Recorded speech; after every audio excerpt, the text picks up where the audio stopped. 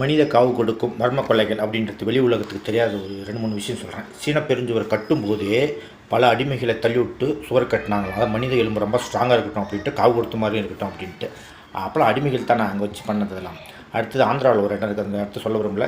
Crusher போடலான்ட்டு quarry tender போட்டிருந்தோம். வரத்துக்கு ஒரு 6 மாதம் ஆகுன்ட்டு நின்று போய் இந்த ஒரு கிரஷர் வந்து எடுத்து ரன் பண்ணலாம். நானும் ஒரு சென்னைக்காரரும் போயிருந்தோம்.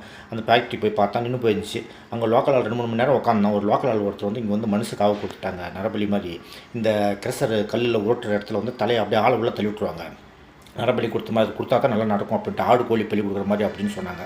அப்படியே சாமி அப்படின்னு சொல்லிட்டு இந்த தொழிலே வேணும்னு சொல்லி விட்டுட்டு ஓடியான்ட்டோம். அடுத்த மாதிரி தமிழ்நாட்டில் ஒரு இடம் இருக்குது, மதுரை சைடு. ஆனால் கரெக்டான லொக்கேஷன் சொல்ல விரும்பல.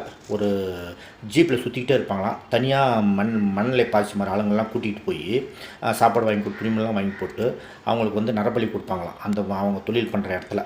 அது மாதிரி வெளி உலகத்துக்கு தெரியாமல் இருக்குதுன்னு வச்சிங்களேன். இது ரொம்ப நாளைக்கு முன்னே நடந்த விஷயம்னு வச்சிங்களேன்.